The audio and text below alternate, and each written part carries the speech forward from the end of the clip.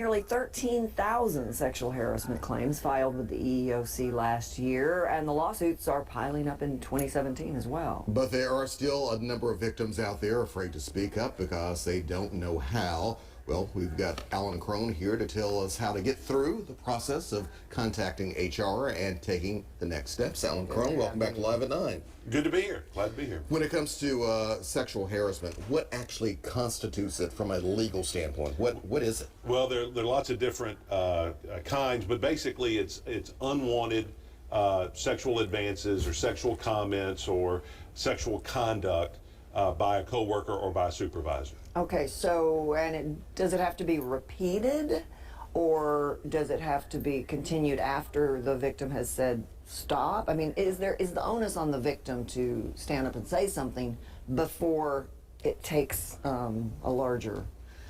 Well, there are two kinds of harassment, whether it's sexual harassment or other kinds of harassment, right. And that's kind of your general unpleasantness that may not rise to a legal situation, and then things that rise to a legal situation. Okay. And so the first thing you should do if you feel harassed in any way is to go to HR and report it. Okay. That takes some courage, but if you tried to resolve it on your own and it hasn't resolved after one or two tries, my experience says it's not going to. You need to go to HR. And if you don't get satisfaction with HR, then you need to consider seeing an employment lawyer or going to the EEOC or both. Now, Alan, as you well know, a lot of employees will want to go to HR, may be afraid to do so, but some companies, smaller companies especially, may not have an HR person. Right. How do you handle that? If it's a really small company, then if it has 7 or more employees, then you want to go to the EEOC. That's an outside agency that can help resolve those disputes. You want to get your complaint on record. Gotcha. Because if it gets to a point where something happens, particularly if it's your boss that's the harasser, then you want there to be some sort of record that you've complained about it before.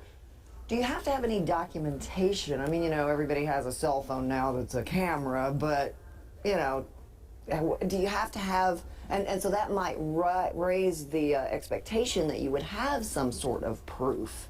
Do you have to? Or? Well, you don't have to. I mean, a proof is testifying about it, saying, hey, this happened to me. Under oath? Under oath, or just, you know, telling your HR rep or whoever this happened. That's evidence. Now, it may not be compelling evidence. I mean, you may need to have some corroboration from coworkers or other people. Gotcha. But the first thing to do is to raise your hand and say, this is unacceptable, and ask the company to do the right thing. And most companies will do the right thing. Should I try to always, again, document what has allegedly taken place?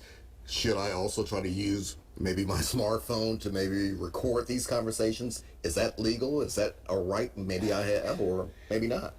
The first part of your question is you should absolutely document. Maybe even send emails to yourself if you're not comfortable, but make a contemporaneous record of what's going on. And do it as quickly after the incident as or possible. go old school and get a spiral notebook and write the date down and say, this happened to me. Okay. Talk to coworkers about it. Make a report. Then let me say this about recording. In Tennessee, it is not illegal to record a conversation as long as one or more persons of the conversation consent to it. In other words, Alex, if you and I are in a room all by ourselves, I consent to record the conversation, you don't know about it, and I record it, that's legal. Now, I will tell you, I've heard lots of recordings in my time. People come in, as you say, with all kinds of electronic devices. Sure. It is the rare occasion when the recording is as valuable as the person thinks it is. Because either they've tried to, kind of put themselves out there and try to get the person to do something. Kind of like entrapment. Yeah. Or sometimes the juries will say, you know, I didn't like the fact that that person secretly recorded that conversation. Oh, wow. And it comes back on you. Well, very quickly, what about possible outcomes, possible remedies? I mean, where do the courts usually side? Do we know? Well, the remedies are, particularly with the EEOC and internal complaints, hopefully the situation is resolved and everybody goes on to making money, right? Somebody says to the harasser, look, this is inappropriate, you need to stop. Maybe they transfer the other person.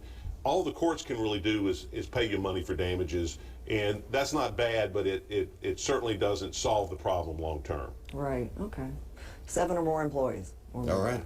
Alan Crone, thank you very much. Good advice. Thank you.